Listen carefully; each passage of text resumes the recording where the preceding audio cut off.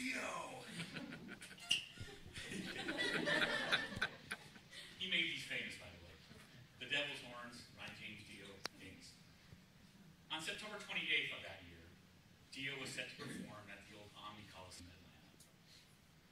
Since I was a young, strong 21-year-old countryman, since I was a huge follower of the band, and since this was on a Saturday, I decided there was no way I was going to miss this show. Even though it meant a 4-hour drive each way, I somehow convinced my best Army buddy, Ed Winterbank, and a girlfriend of ours, who I'll call Jessica, because I can't remember her name, to go with me to the show. The drive to Atlanta was long, boring, and uneventful. But the Dio show, now that was freaking awesome! Ronnie James in his prime. And I'll always remember at the climax of the show when he slew a gigantic, fire-breathing dragon with a huge, laser-lit, two-handed sword. It was awesome. I loved it. After a long encore set, the house lights came up. I glanced at my watch. It was nearly 11 p.m. By the time we finally got back to my car and on the road again, it was almost midnight. And we still had that long, boring, uneventful drive, well, at least we hoped it would be uneventful, drive back to Fort Stewart. Now, it's been many years since I last drove in southern Georgia, but back in the 80s, there were still long stretches of interstate highway that wound through densely wooded forest, where there were almost no exits and no streetlights. It was very, very dark. On a cloudy night especially, the darkness was so thick on these roads that it was like a weight pressing against the headlights of your car as you drove along. And so it was, on such a cloudy night, at 2 a.m., halfway through our long trip back to Fort Stewart, that we found ourselves traveling on one of these lonely black stretches of road. I was driving, like I always do.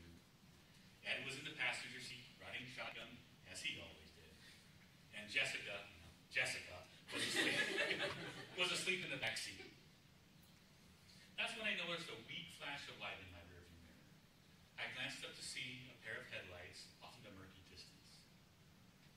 As we went around a natural bend in the road, the dark forest blocked our view of the headlights. A few minutes later, I glanced up at my rearview mirror again. Of course, the headlights were back there, having come around the bend in the road as well.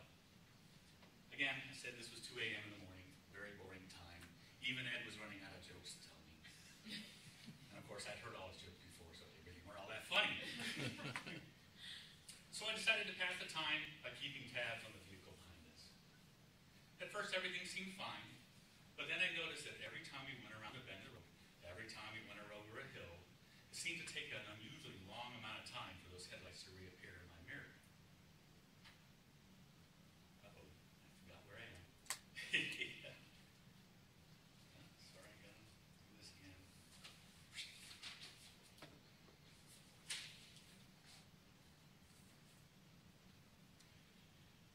It was like the vehicle would disappear completely for a few minutes and then reappear suddenly. Always when I had my road on when I had attention on the road ahead of us, never behind us. And the thing that made it so exacerbating was that it always appeared as if that the headlights were the same distance away when they reappeared as when they disappeared. So I mentioned this to Ed, and he turned around and watched as we went around the next bend of the road. As expected, the dark forest blocked our view of the headlights. Ed and I continued to watch for several minutes. The headlights didn't come back. We waited even longer. Nothing. No headlights. However, as soon as we took our eyes off the road behind us, moments later, I glanced in my rearview mirror. What do you know? Those darn headlights were back. At that point, Ed and I exchanged a couple of choice words, and we woke up Jessica. After we explained to her what was happening, of course she didn't believe us. But as we went over another rolling hill in the darkness, the same thing happened. The landscape would block our view of the car following us, and nothing would happen. We waited, no headlights in my rearview mirror. At this point, now we're all wide awake.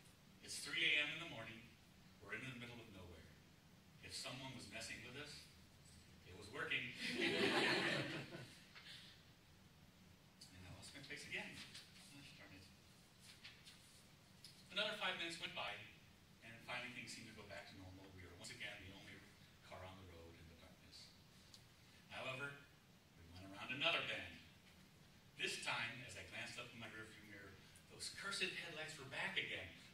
following us around the bend as if they had never been gone.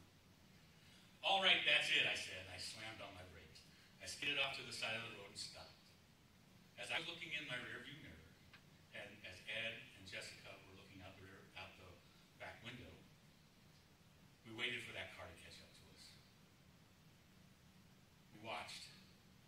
The car's lights came up to us. We watched as the car's lights slowed down. We watched as those headlights pulled off the side of the road behind us, slowing down. We watched. They disappeared.